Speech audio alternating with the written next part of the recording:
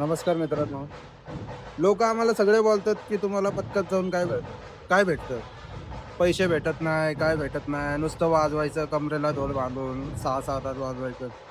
जे सुख असतं ना सुख, ते फक्त एका वादकालाच माहिती असतं.